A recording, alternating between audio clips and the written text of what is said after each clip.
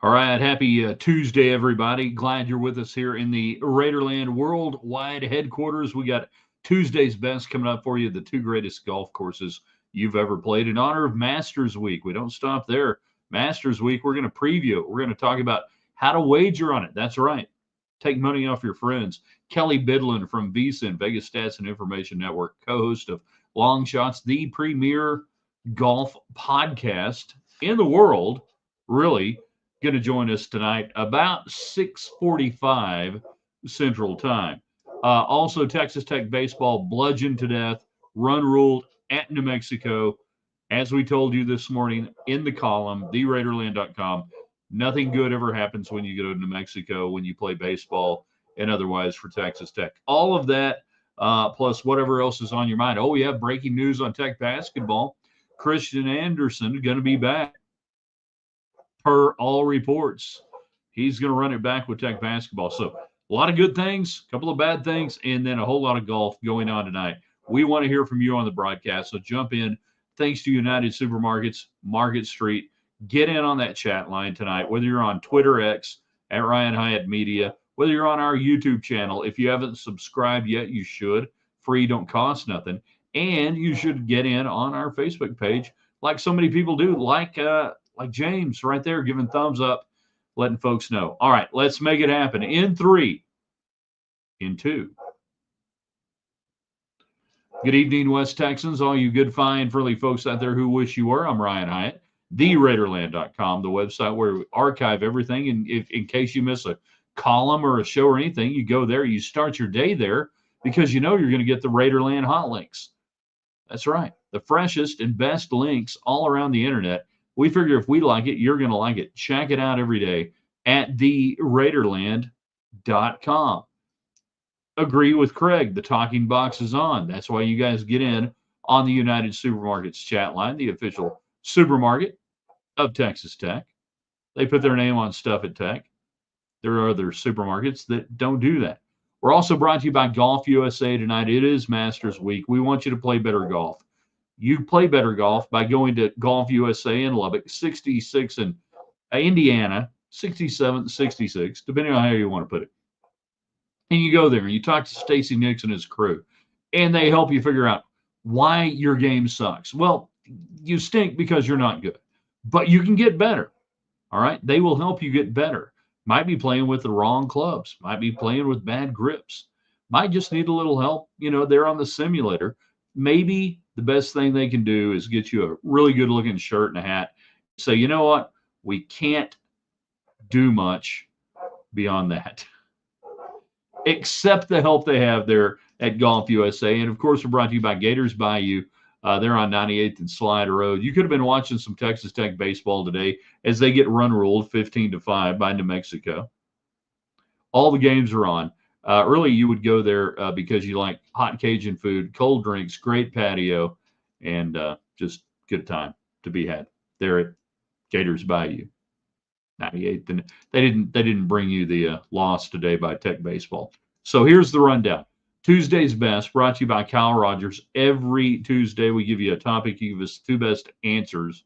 We're asking you the two greatest golf courses you have ever played. So I want my golfers out there to weigh in tonight. The two best golf courses you have ever played in your life. What was cool about them? What did you like about them? Now, you give us two answers on that. You only give one answer and make one call when you're buying or selling a home in West Texas. And that's to Kyle Rogers, our realtor in Raiderland. Good golfer, too. Then baseball, obviously, we get your thoughts on that. And we will visit with Kelley Bydlon from VSiN about 6:45 tonight. So get in and have some fun tonight. Let's make it happen. Michael, why is Texas Tech's baseball team not really good? They're not really good. They're actually pretty bad right now. They're still sub double-digit wins. They don't pitch well. They gave up 7 runs in the first inning. They were dead from the get-go at New Mexico. Why are they bad? Well, they're bad because right now I don't think they have very good talent on the team. Why don't they have very good talent on the team? Well, they got money. I mean, Tim Tadlock was adamant to Don Williams and the Lubbock Avalanche Journal in the last few days. We got plenty of money. We got plenty of NIL. We got everything we need. Facilities are good. Okay, well, you don't have good players. So is it evaluation and bringing in bad players? Is it bringing in good players and not developing them? Is it bringing in guys that don't play well together? You tell me. I mean, people think I defend the program too much, and I will say again, Tim Tadlock has earned the right to come back next year and do whatever he wants to do. 4 College World Series trips, absolutely. You get that. Multiple Big 12 championships, you get that. This is a bad baseball team. They can't compete. And maybe that's the biggest indictment of the program right now. They can't compete. They could not go on a Tuesday afternoon to New Mexico and compete. They don't need to hear it from me. It's right there for you. It's 15-5. You get run ruled. Your starting pitcher can't get an out. Can't 8 pitches, can't get an out, gives up 2 home runs.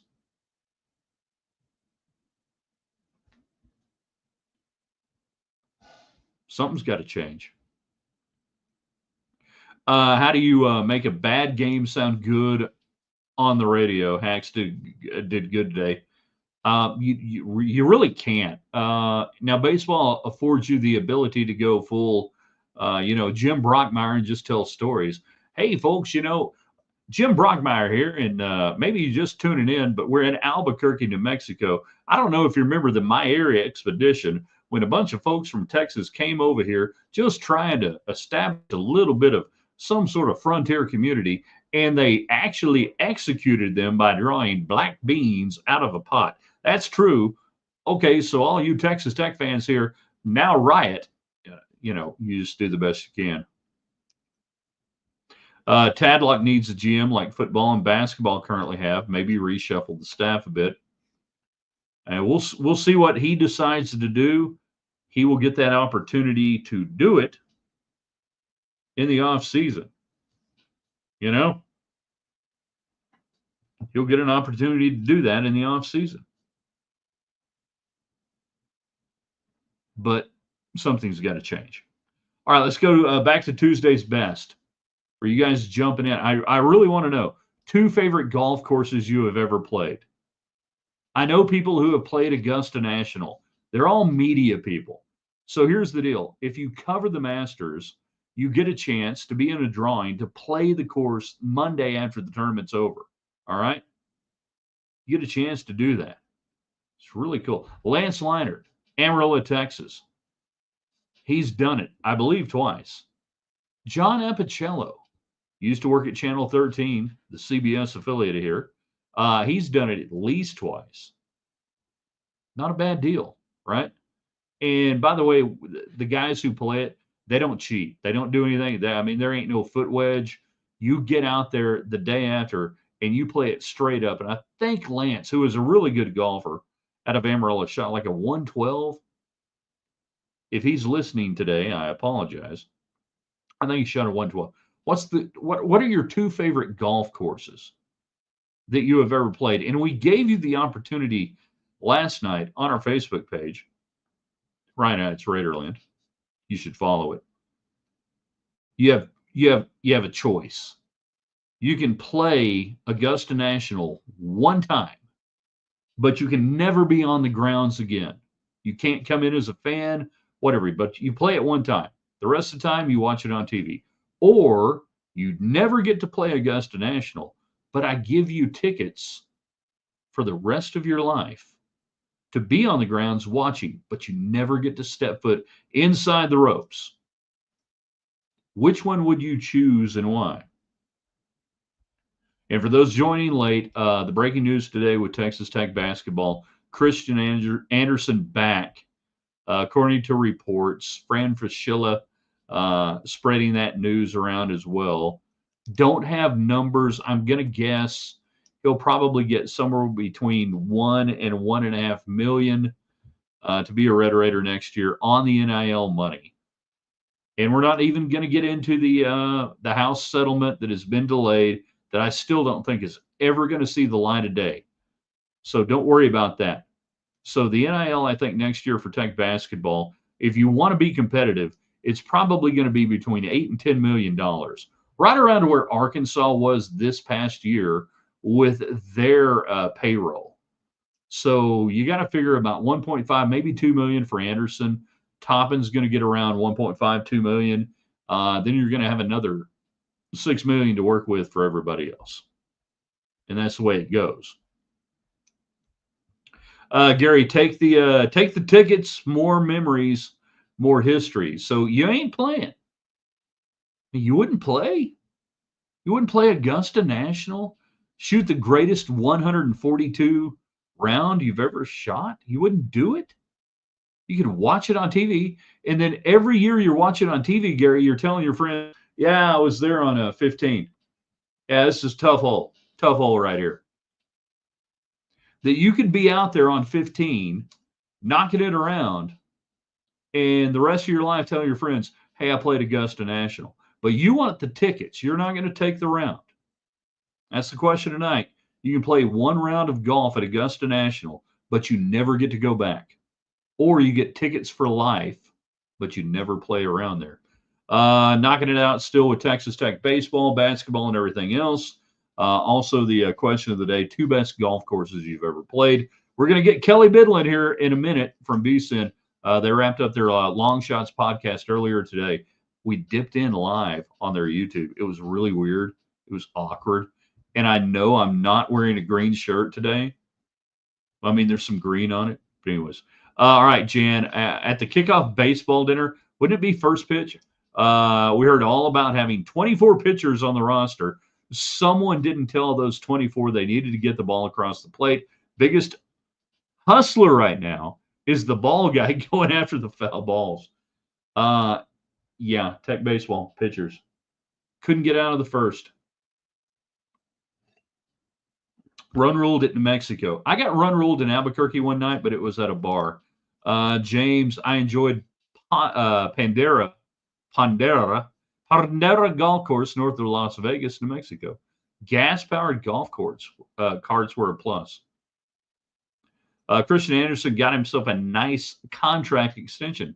Bottom line, that's all it is right now. Everybody's a free agent. Everybody goes into the portal, whether they announce it or not, and they call their NIL guy and say, what's it going to take to keep me playing basketball for Texas Tech? Simple equation. Alan, $10 million gets you to a Final Four. Worth the investment? Absolutely. Arkansas paid $10 million in the portal last year. Didn't quite get to a Final Four. That's really the going budget right now. We're talking about men's college basketball. Every Power 4 conference starter is going to make a minimum of $1 million next year. Why wasn't I taller? I don't know.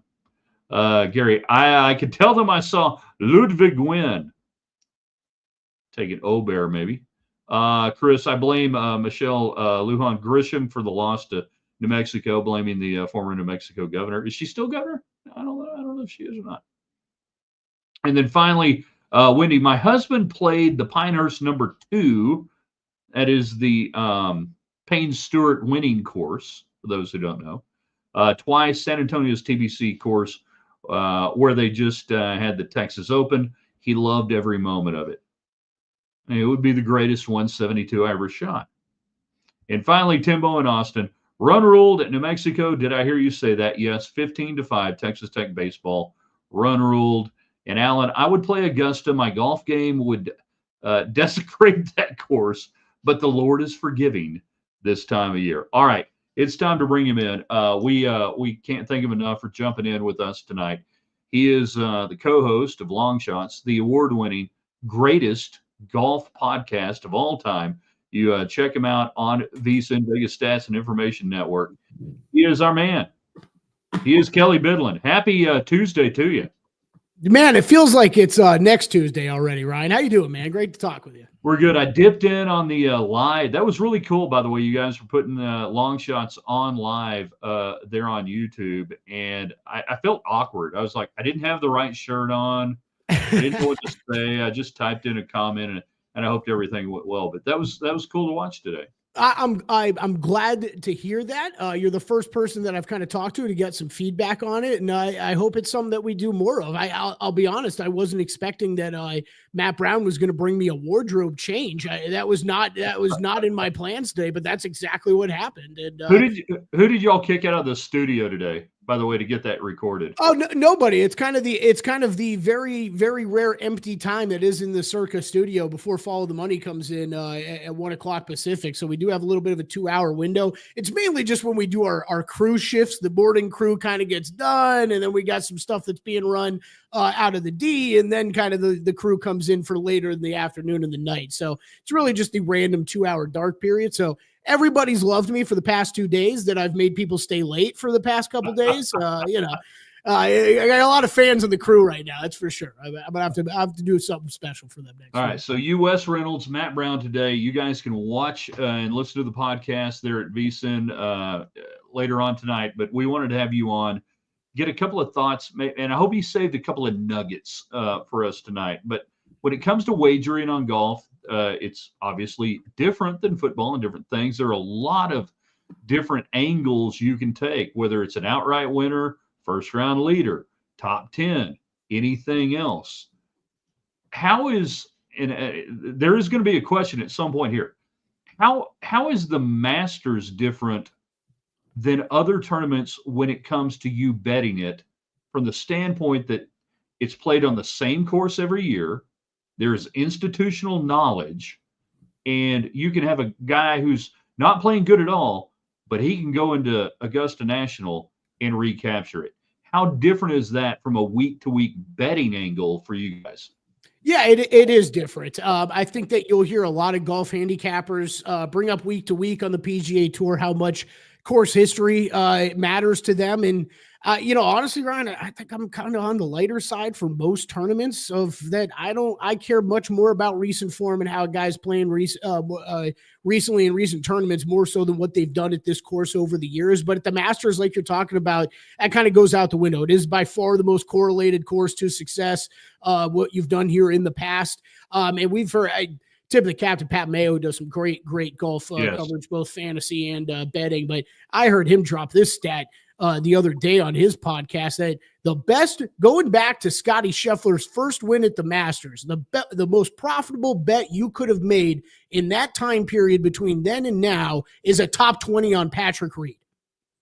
Not Scottie Scheffler to win, not anybody else, just Patrick Reed, who, like you're talking about, shows up at Augusta and seemingly just plays well every year, whether he's playing like crap over on Live or anywhere else in the world, shows up at Augusta and just knows the course well enough that he's able to weave his way in and out of the old guys and the amateurs that are in the field and make it to the cut, and then just finds his way into that top 20 and into the mix seemingly very, very often. There is a little bit of a wild card, though, this year after the hurricane damage. I believe they rebuilt 4 greens entirely, a lot of trees removed. They tried to keep the integrity, I know, of the course intact. What have you heard from golfers here in the last week or so saying, is that going to impact how the course plays, or did they maintain the integrity? Yeah, it's a great question, because I think it's a little bit of an unknown for all of us. What you've heard mainly from the golfers is that the greens that were affected and had to be changed, they are pretty confident are almost back to exactly what they have been. So I think from that standpoint, no real concern. What I'm interested to see is, you've heard golfers mention, there's a lot less trees just on the property between the hurricanes, right, some of the other stuff that happened around the course, some of the ones they intentionally removed.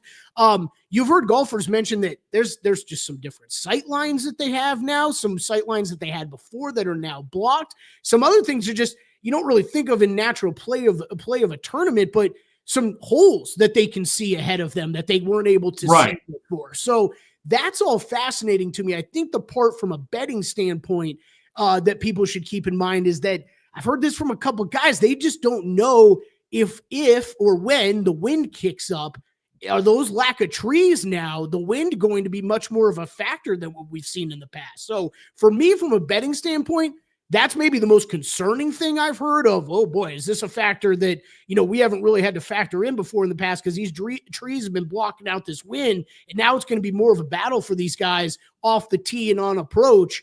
I'm interested to see how that plays out, and we're all kind of just guessing heading into it. Visiting with Kelley Bydlon. He's one of the co-hosts with some slacker named Wes Reynolds, who's never on VSiN programs at all and never gets any outrights right there on Long Shots.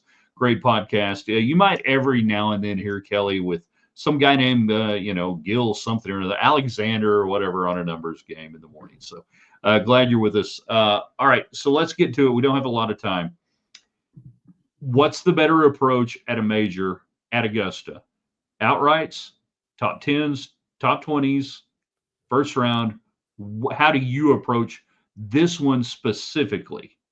Yeah, you just it's really easy, Ryan. Just pick the right ones. Come on, yeah. Man. All of those markets, right? Just pick the right ones and you make money. Yeah, it's really simple. Now, I think just going back to some of the key differences of breaking down this tournament as compared to handicapping others. Look, we have gotten used to a little bit between when the live split off occurred, and we've got these signature events now on the PGA Tour. Yeah, we're used to smaller fields. So seeing a 95 guy field, not that crazy for us to wrap our minds around anymore. If you've been betting golf, I think the first thing you need to adjust in your brain is, okay, those odds are going to be different just because it's a smaller field. There's not 150 guys out there. It's 95. And then what is the 95 made out of? Well, you got a bunch of past champions and senior guys that, sorry, in all honesty, don't really have any chance to survive through the weekend and really make some noise on Sunday. So you can kind of scratch off a bunch of names. There's some amateurs that are involved this week that get the honor of the invite to go play the Masters that you don't really have to heavily consider all that much. So you start chopping down names. Now you get down to maybe 40 guys that you think can actually win this tournament, and that's really where you need to start handicapping it. I think the problem that, at least for me, I think for a lot of other regular golf handicappers, look, we don't get a lot of data from Live Tour. I live off of data when it comes to betting golf. I'm living off of shot link and strokes gain data that we're getting from the PGA Tour, and that's how I'm building up my card every week is scouting a course, seeing what stats I think are going to be important that week, seeing what golfers have recently performed well in those stats, and kind of building my card from there. So when you have the live guys, they're still an X factor. And yeah, we've had some sites and some guys out there in the world that have done a better job of kind of being able to build their own live data. I'll tell you, Ryan, just strokes gained period on live so far this year. Sergio Garcia is your number one guy. I think that's going to be shocking for a lot of people to hear. Yeah, it is Sergio Garcia, the guy who is playing best on live right now. So keep that in mind. I haven't made any bets on him, but it was pretty shocking for. And look, I'll watch live lightly. I'll be honest. Every time I flip it on, I'm like, man, there's Sergio up there on a leaderboard again. And it's, what year is it? Like the reaction you just had. I just really quick to run through some of those guys. Joaquin Niemann, he's probably been the best overall on live this season. He's got a couple wins over there. My problem with him, Ryan, is I've burned some good money away on Joaquin Niemann in majors over the past couple of years. You go look at what he's done in majors, though. Finishes aren't all that impressive. So he's another guy who was kind of easy for me to cross off the list. I think Rahm DeChambeau, you always got to have your antennas up and be aware of. But man, like Brooks Koepka, I'm not really falling that much in love with. And we talked about Patrick Reed. Sure, he could show up here and do something. But if I'm a guy who goes a lot off recent form, yeah, he's not a guy I'm falling over trying to bet right now. So look, I think live guys you need to be aware of. But man, there's really nobody that I gravitated towards for a bet on the live side. I think there's some guys you could consider in some matchups or some placement markets. Sergio probably would be the guy that I would mention that it would be usually under the radar, except I think for people like me, if you're listening to any golf content or golf betting content, they're probably all saying the same damn thing that I am this week about Sergio. So look, wanted to bring up the live guys quick, but for me, it's usually the Masters is unique in the sense that not only you get the smaller field, like everything we just talked about, live gets introduced. It's also the one tournament in the year, though, that I have been betting outrights leading up to the event. You know, it's just like us betting football lines earlier. Basketball. Can't resist it. It's out there. It's hanging out there. You see a guy playing well, and what you're looking to do the same thing you're looking to do when it comes to any futures bet in any other sport. You're looking for closing line value. Am I going to get a better price betting it now than what he's going to be week of the Masters? So I did bet a couple of those, Akshay Bhatia and Sepp Straka. I bet a couple months ago. I don't know that I'd be running to bet Akshay Bhatia. We always talk about lefties at the Masters and how their game does kind of suit Augusta a little bit better with how holes are laid out. And I am a believer in that to a degree.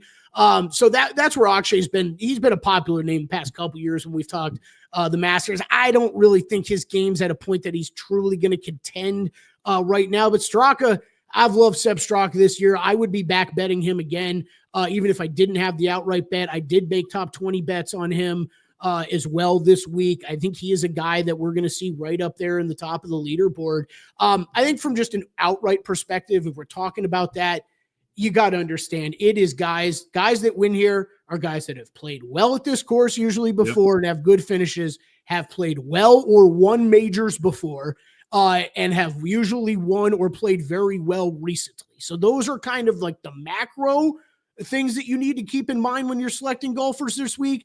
Yeah, those all need to go in the mix. So look, I'm going there, Ryan. It's going to be Rory McIlroy. I'm saying this year is finally the year.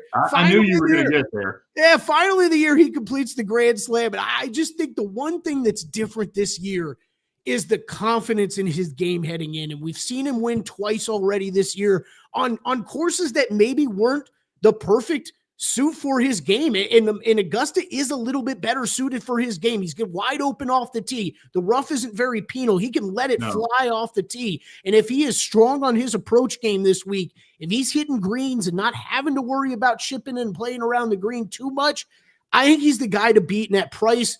I like him a little bit better than Scotty Scheffler this week, and getting a little bit better price on him. I think he's the guy. And if I just had, I think you'll hear a lot of people say this, but if you are not really a regular golf bettor and doing it week to week, and you had $100 you wanted to bet this week, or $10 or whatever it was, just make one bet, it would be go bet it on Rory McIlroy to win this whole thing, and just hopefully ride that out. All right. I got to go back a little bit, and we talk about guys who have played the course, experienced success on the course. And around these parts, everybody's going to get mad if I don't ask. Has Ludwig Ober played it enough, had enough success to be a top 10, to include in a grouping like that? And we saw him miss the cut there at Valero and not play well in Texas, where he's played a little bit of golf around here. Where are you on Ober? Oh man, I love him. He's one of my favorite golfers on tour. Was lucky enough to win earlier in the season with him when he got home at the Genesis. I mean, look, he's missed 2 cuts heading into this tournament, and you just look at what he's done with his approach numbers over the past 5 weeks, even going back to Pebble Beach before the Genesis. They've been shaky, and that does concern me, Ryan. And these are courses that he's played a lot. Yeah, it is, and it's. Look, I love him. Again, I won on him earlier this year. I think that when we talk about where does he stack at the end of the year with the top players on tour, I think he's right in that top 3, top 5 conversation. I just think this time, right now, he's a tricky guy to put your money behind with how important approach play is and second shot success. To see him struggling with his irons recently has me concerned enough to not be backing him at all this week. I think he does fall into a group, though, of guys that rate out highly for me, of Ludwig, Justin Thomas, Hideki Matsuyama, that we have seen all play very well at times this year. 2 of those guys win at times this year. We've also seen all 3 of them not really put together consistent week to week play at all at any point during the season. So I think all 3 of them are guys that I keep bringing up. I would not be surprised at all if they went out there and won the Masters, but at the same time, the consistency in their recent form is just not there for me to back them. All right, one more guy, and I have not done the deep dive on weather going into Saturday, Sunday, so forgive me for that. I know you have. But a guy I like to hug up on this course, Shane Lowry. Tell me why we love this guy. Love him this week. He is an outright bet for me. He is one that I did add. The only two outright bets that I played this week, because I did have the 2 heading in, the only 2 I played was Rory and Shane Lowry. Shane Lowry 45-1. You get him in that 40 range. Honestly, right, he's a guy I've had trouble with the pricing on him since he's come over to the PGA Tour this season. A reminder, some of these guys do start off over there on the DP World Tour and then make their way over to the PGA Tour. I couldn't believe odds on him just even in the first couple tournaments that he was playing. But I think, Shane, yes, you bring up the weather. I don't think we're going to have too much of an issue this week. It looks like Friday later in the afternoon might be the worst that we get. But I think we're going to be okay. I hope we're okay, man. I don't want a Masters when we get some clean weather throughout. But obviously, if there is any, Shane's a guy that we know can play pretty well in the bad stuff. But man, it's just what this guy has done statistically this season in just the last 16 rounds. He's 12th in total driving. That brings distance and accuracy into effect. He's a guy that might not be the longest off the tee. Yeah, we think big guy like Shane Lowry, Sepp Straka, they got to be able to pound the ball far away. Not really. They're actually more accuracy guys off the tee than distance. But that total driving combined, that's something you're going to need this week. And he's, in my model, second on approach, the second best player on approach, and on a second shot golf course like Augusta, that is going to be so important this week. And look, he's got good scrambling and around the green play, and what we've kind of seen consistently through the years here is that part of the game mattering more and more. And we talk about the ability to be a long driver, the ability to hit long iron shots especially to score on these par fives. You've got to score on these par fives. That's what we like to focus on because that's where the vast majority of the scoring comes, Ryan. But you've got to be able to survive the rest of these par fours that these guys go up against. And Shane Lowry is a guy who that survives, that I think they can be there every round till the end and have a puncher's chance at the end to come through. So he is absolutely a guy that I'm very high on this week. You brought up, we've seen him already this year. T8 at the Valspar, T20 at the Players, 7th at the Arnold Palmer, T11 at the Cognizant, 2nd at Pebble. He's had some great finishes heading into this tournament. We've seen him play well at this course just in the past 3 years alone. T16 in a 3rd place solo by himself. Shane Lowry's got him very high on. I did play an outright on him. I played a top 10 on him. I usually cover the outrights with the top 5. I just went down a little bit further and put a little bit more money into a top 10 because I'm a heavier believer in him this week. I wanted to cover that whole range. So 3-1 on a top 10 bet for him. I'm trying to see if there's anywhere else I bet him that I'm missing. No, that's it for right now. But no, he is a guy I am very high on this week, right? I think he has a very good chance of coming through and winning this week. I told you I'd try to get you out in 10 minutes. I busted. Oh, you're fine, man. I got to give you one more question, though, and this is what we put to the audience today. So I give you 2 choices. You can play 1 round of golf at Augusta National. A beautiful day. 1 round of golf. And we both know people who played and everything. But you can never set foot on the grounds again. But you play 1 round. Or you don't play a round of golf, but I give you passes for the rest of your life to watch and be on the grounds. Which would you choose? Man, you get the pass, you never get to play. Yeah. You play, you never get to come back. Which would you choose? This is a great question. I loved it. I heard it while I was setting up. I love the question. It's an easy answer for me, actually.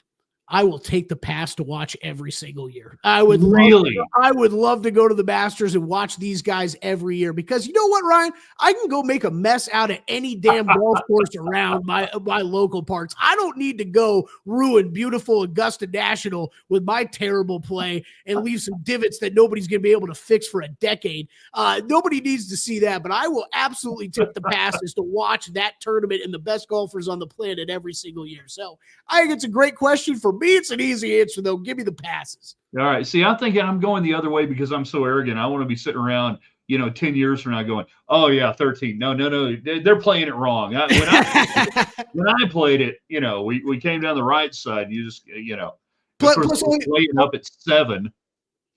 All you got to do is birdie 1 hole, and then every year you watch the Masters, be like, what's that guy doing? I birdied that. He's got to be able to get there. Come on. Exactly. All right. Hey, give the hard sell. Tell people where they can find long shots and everything else you guys are doing there at VSiN because it's amazing stuff and everybody needs to know about it. Yeah, I really do appreciate it, Ryan. You're always a big supporter of a numbers game, primetime action, everything we've done at VSiN. We really do appreciate it. Look, for long shots, find it wherever you get podcasts. just called Long Shots, 2 words, VSiN's Long Shots. You can search for that. YouTube, head over to the VSiN YouTube channel. We're throwing everything up there on YouTube these days. So if you'd rather watch it in front of you and see our beautiful faces, you can. You have that option now. Or if you don't want to see our ugly ass faces, you can go listen to us in the car ride. So yeah, we just did a full breakdown of the tournament today. Let's see, man. I did Beating the Book. I did Gil's podcast yesterday. So a couple different places you can catch our Masters content this week. Matt Brown and myself were both on the pod with Gil on Monday. So you can definitely check that out there. And yeah, at Kelley Bydlon on Twitter. Give me a follow. Hit me up with any Masters questions you got heading into the tournament. Man, you are the best. I appreciate it. I know it's been a long day for you. Get ready. Let's rock and roll. We got a fun week coming up, and we'll catch you on Twitter, okay? I'm looking forward to it. Thanks, Ryan. Appreciate the invite. You bet it. Thanks, Kelley. Kelley Bydlon there from VSiN, Vegas Stats and Information Network. All right. There we go. 2 great answers. Thanks, Hyatt. Kyle Rogers jumping in. Torrey Pines. Torrey Pines. You played Torrey Pines. I don't believe it. I don't believe it. And then we got a bunch of tech baseball stuff that just I don't feel like doing anything with it tonight because you got run ruled at New Mexico. We said it was going to be a bad day. It was a bad day. I don't feel like doing any more with it. All right. Baylor coming up this weekend for tech baseball. All right, we're going to have all this posted on the website in case you missed our visit with Kelley Bydlon, breaking down the Masters, how to wager it, how to bet it, all the fun stuff, all the cool stuff. So yeah, go back and check it out tonight. We'll put it out there on Twitter, on YouTube, on Facebook. If you're not following us on our YouTube channel, please do so. It don't cost nothing. Like our man JC right there. He's on our YouTube channel. So jump in and have some fun. David Collier, Kemek 28 sports director, up late tonight. Oh, no. He just teased my interview with Hunter Dobbins on tonight at 10 then. Fine.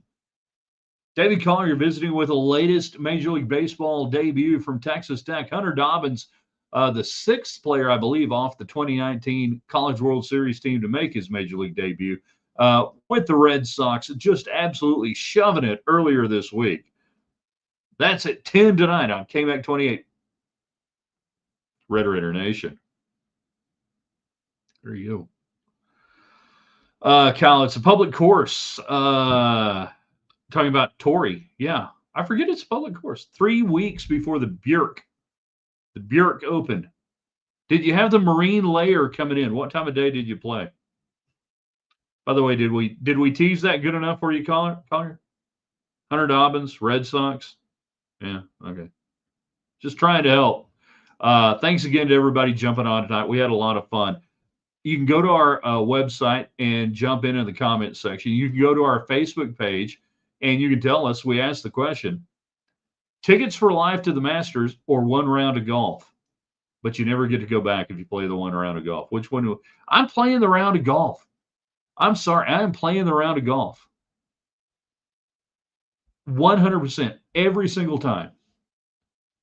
I can watch it on TV like the rest of you people, but I'm sitting there wearing you out. I'm telling Kyle, like, Kyle, all right, so 7 here, what you're seeing, it doesn't really look like that when you're coming up the fairway. Now, there's a lot more undulation. Yeah, I mean, the ball was below my feet. I had to pick it clean. It was unbelievable. I would be insufferable, 100% insufferable if I ever played around at Augusta National, and that's why they don't let people like me play a round of golf at Augusta. I'm going as a media member and hoping I'll win the lottery and still go to the Masters every single year. Know 2 people who've done that, Lance Leinart in Amarillo and John Appicello, when he was actually working in Augusta, former KLBK sports director here in Lubbock, Texas. So I know at least 2 guys that have played it, maybe more. Not really sure. Okay, we gotta call it a night. We got stuff to do. Enjoyed the visit. Sorry about tech baseball, but we warned you. Give me the top 9. Here you go. Top 9. Rory, Scheffler, Morikawa, Abe Obear, Schauffele, Hideki Matsuyama, and then I would go, are we talking top 9? Shane Lowry, and maybe Victor Hovland. There you go. I don't know if I give you 9. They won't let you play at Meadowbrook. That's true. But, okay, so you have one incident at a local muni. You have one weird incident, and things turn ugly, and then you can't go back. That's unfair that you bring that up. We enjoyed it. Check out everything we do, theraiderland.com. Thanks to all of our great sponsors, Golf USA, Stacy Nicks. Go there this week. Improve your game. Gators Bayou, 98th and Slide. And then, of course, United Supermarkets taking care of the chat line. You guys are the best. We appreciate it. Thanks again to Kelley Bydlon at Kelley Bydlon. That's Kelley Bydlon. Kelley Bydlon.